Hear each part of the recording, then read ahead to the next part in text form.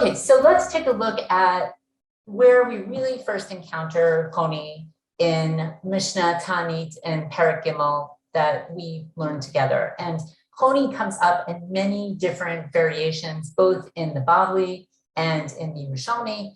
And we're going to just try to quick look at how his personality changes, how our perspectives on his personality change. So quickly looking at the Mishnah, anytime there was any kind of issue in the community, we are told matri'in alehen. We should yell out, call out, blow a shofar, fast, anything except for too much rain. And then even though too much rain can be severely damaging, we are told, no, that you don't call out for. And how do we learn about that? We learned that from the story of Honi HaMa'agel, who was asked to pray for rain. And he comes into the whole situation with a lot of bravado and says,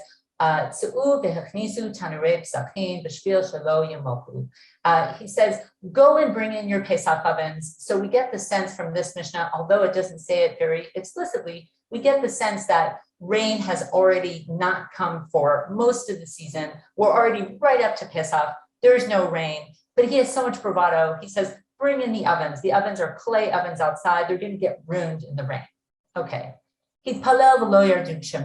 So we all have a little bit of schadenfreude, even though it's our own existence. Ha, the rain didn't come, even though you had so much bravado. And at this point, he goes to extremes and he makes a circle on the ground, stands in the circle and says, Ribbono shel olam, banecha samu pnehem alai, shani keben bayit lefanecha.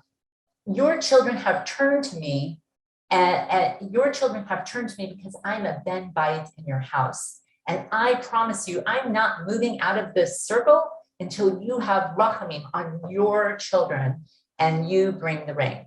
So then we have the whole story. The rain comes a little bit, and it's sort of like Goldilocks and the three bears in Masechet Tani. It's not enough. It's too much. You have to stop. Okay. I wanted to just highlight the fact that he calls the Jews your children, and he calls himself a ben bayit. At the end of the story, Shlach lo Shimon ben Shetach. Shimon ben Shetach gets involved, and he says, if you were not Honi, I would make sure that you were excommunicated. And what does that mean? If you were not Honi, I would excommunicate you. There's so many questions about this. What Shimon ben Shetach says here is that the reason I can't excommunicate you is because you're like a child to God. You're like God's son. And basically, you can do anything that you want. You're spoiled rotten. If you want something, God listens. And the pasuk that Shimon ben Shetach uses to underscore this is Yismach avicha ve'imecha v'tagel yoladetecha. Let your father and your mother be glad, and let her who bore you rejoice. Meaning, it doesn't matter what your kids do. You love your kids no matter what. God loves you no matter what. And I can't put you into excommunication, even though I should. Now, Shimon ben Shetach doesn't say, why? Why does Honi HaMa'agel have to go into excommunication? There was a desperate situation. People called him in. He did what he was supposed to do. He may have come in with a lot of bravado. He made this circle. Maybe that was too much. But he did what he was supposed to do. And he never called himself a child of God's child. He said, I'm a ben bayit. What's a ben bayit? A ben bayit is a member of the household. He's a member of the household. It's like someone who runs your fields for you, or someone who makes sure that all the logistics in your house and your business are taken care of. And he said, they're the children. I'm here to help you take care of your children. So he sort of sees himself as an agent between God and Jewish people. So there's a little bit of a disparity between what Shimon ben Shetach describes him as and how Honi sees himself. So now we go to the Braita later on. As the Gemara is trying to understand the Honi story, it brings up another a kind of expansion of the story. And here we have maybe two more clues as to what is going on. So first of all, Honi says, you know what? I'm going to make a circle. Ag ugava ma b'topo, and this is from Tani Chaf Gimel Amud Aleph. Kederach she'asa Habakuk Hanavi. just like Habakkuk Hanavi did this. And what did Habakkuk Hanavi do?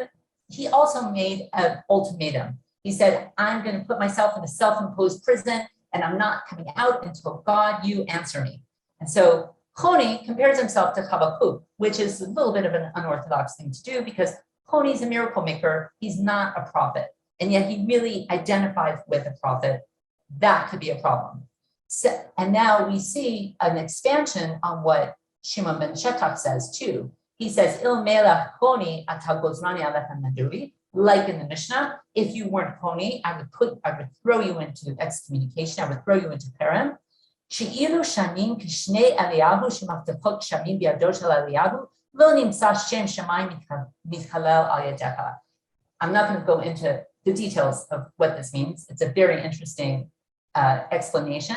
But basically, who do you think you are? You think you're Eliyahu Hanavi, and of course, Eliyahu Hanavi was the famous prophet who used the mafteach of rain, he used the key of rain to prove God over the priests of the Ovdei Kochavim, and then later took away the rain because he saw Bnei Yisrael sinning in the time of Achav. So here's this fiery figure of Eliyahu Hanavi, and Shimon ben Shetach is making the natural connection that we already have made in our mind, that these two people are rainmakers. But you may be a rainmaker, Honi, but you're no Eliyahu Hanavi. You're no prophet. And so just as Honi makes a comparison between himself and Habakkuk, Shimon ben Shetach takes him down a rung and says, you're no Navi. You're just a miracle maker. And I wish I could put you in Perem because we don't have room for miracle makers like yourself here, even though we're so desperate.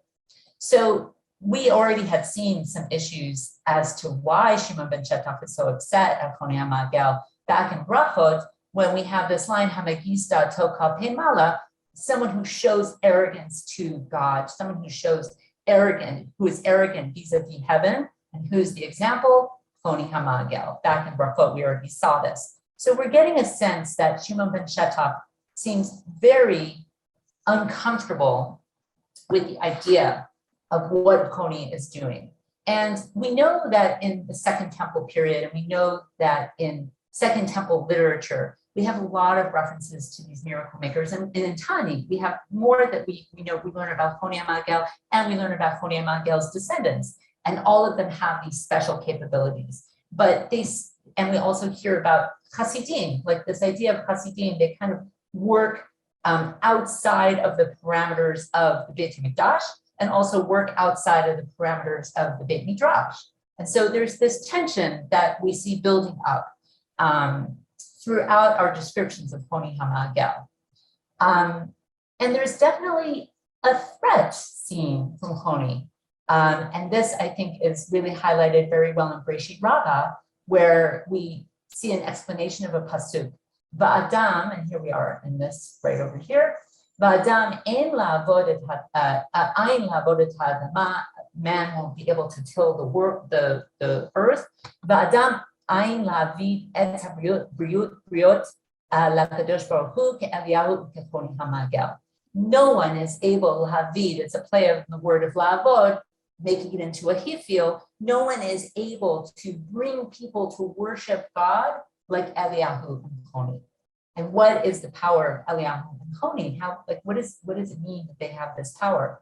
Well, we know that throughout, various stages from the transition from the first Beit HaMikdash to the second Beit HaMikdash, we have the prophets, Yeshayahu and Yirmiyahu, and then we have later we have Ezra, and then we have the rabbis in the Beit HaMidrash trying to compel people, like Michelle brought up, trying to compel people to action, to tefillah, to fasting, to taking it upon yourself to change our reality.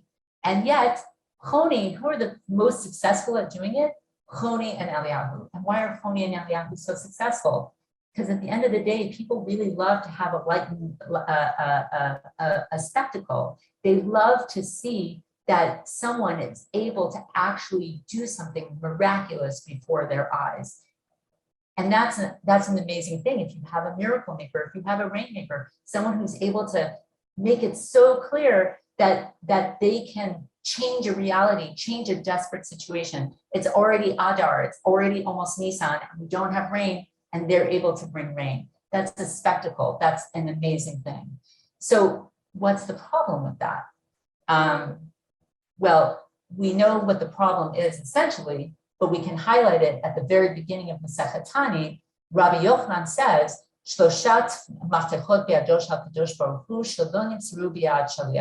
there were three keys that only God holds onto, and he won't even send it through an intermediary. What are those three keys? Mafteach shel gshamim, the key of rain, Mafteach shel chaya, the key of fertility, Mafteach shel tchiyat hametim, the key of the resurrection of the dead. Now, I'm not going to touch the third one. It's confusing to me, but the first two are really, really so connected because we've talked about throughout Masechet Tani, rain, and the Torah makes this explicit in Shema. Rain is our connection to knowing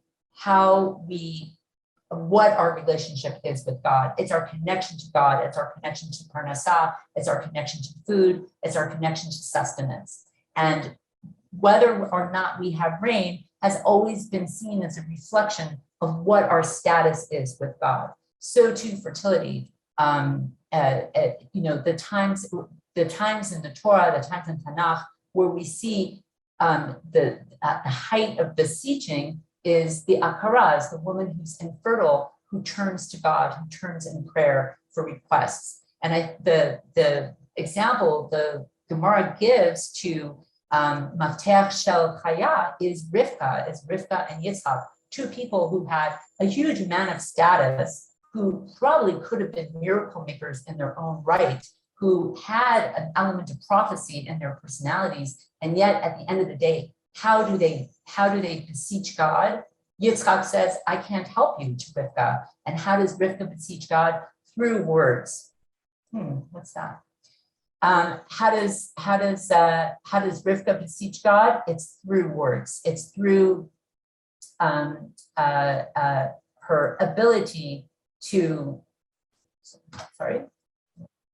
it's through her ability to actually go deep into her heart and tell God what she needs. That is the opposite of Honi HaMa'agel.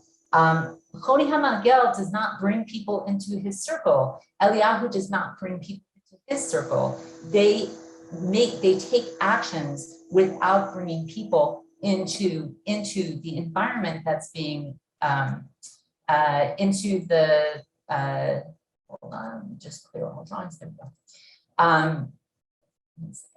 Okay, but Honi doesn't invite people into that conversation. And so we start to get a sense of what Shimon ben Shetach is, what his issues are with Honi.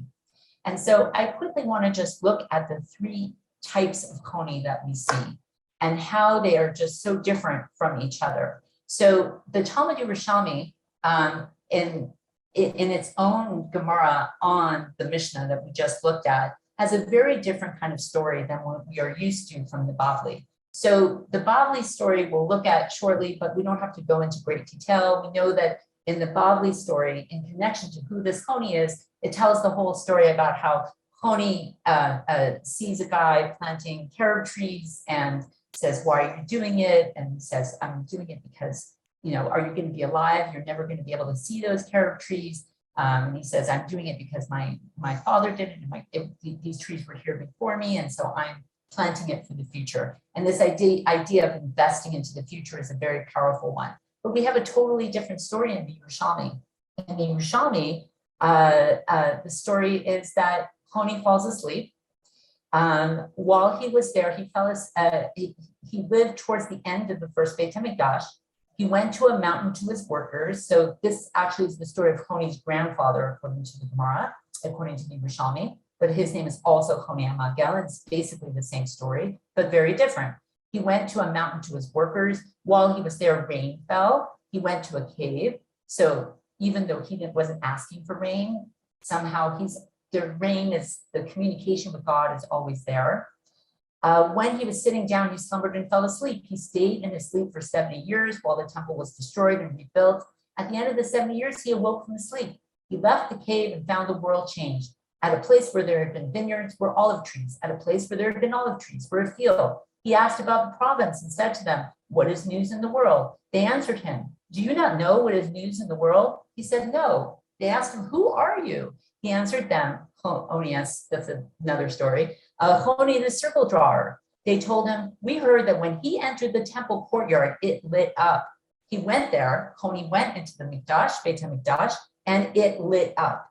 He recited about himself, B'shuv Hashem et Shivat Siyum, hayinu kechomim. When God brought us back to Siyum, we were like dreamers. And so let's just do a very quick comparison between the story here in the Yerushalmi and the story that is so famous in the Bavli. So first of all, what's clear in the Yerushalmi?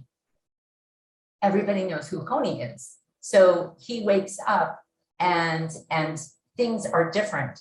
But basically, Honi, from the end of the first Beit HaMikdash in this story, is basically the same as Honi at the beginning of the second Beit HaMikdash in this story. Whereas in our story in the Bavli, everything has changed and nothing remains the same. So while things around both Honis have changed, in this version, he's able to light up the Beit HaMikdash again. He is miraculous still. He represents a bridge between the first and the second Beit HaMikdash. In a way, this story is trying to say there is no change. Do not think about the second Beit HaMikdash any differently than you thought of the first Beit HaMikdash.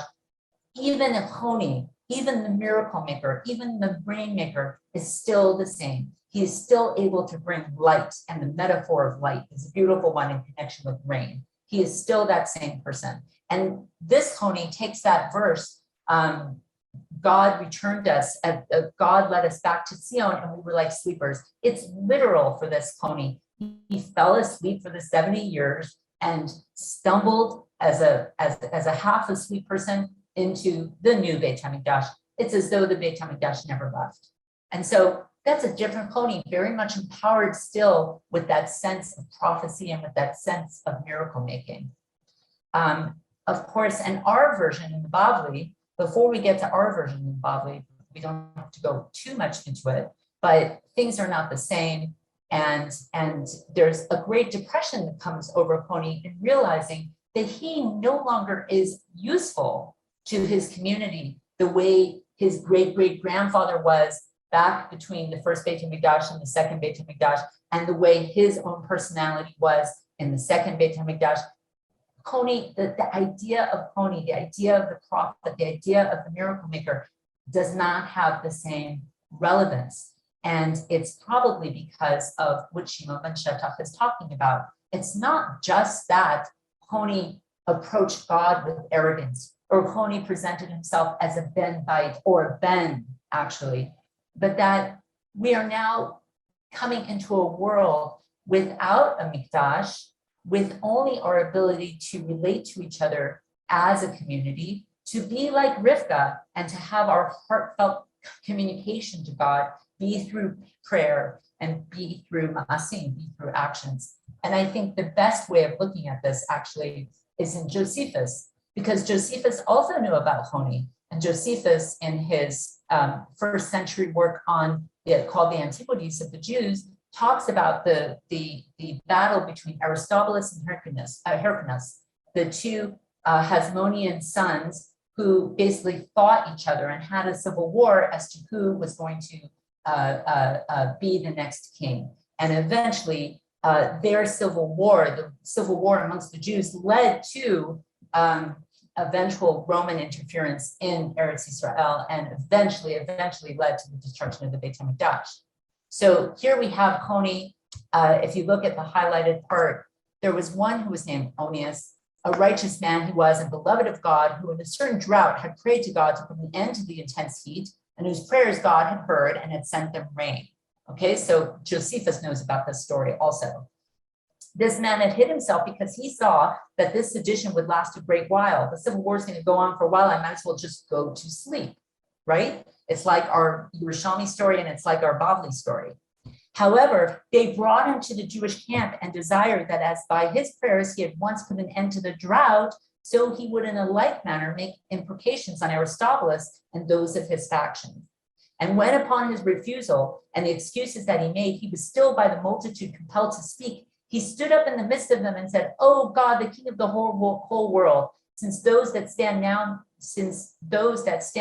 with me are thy people, and those that are besieged are also thy priests, I beseech you that you will not listen to the prayers of those, and you will not listen to the prayers of those."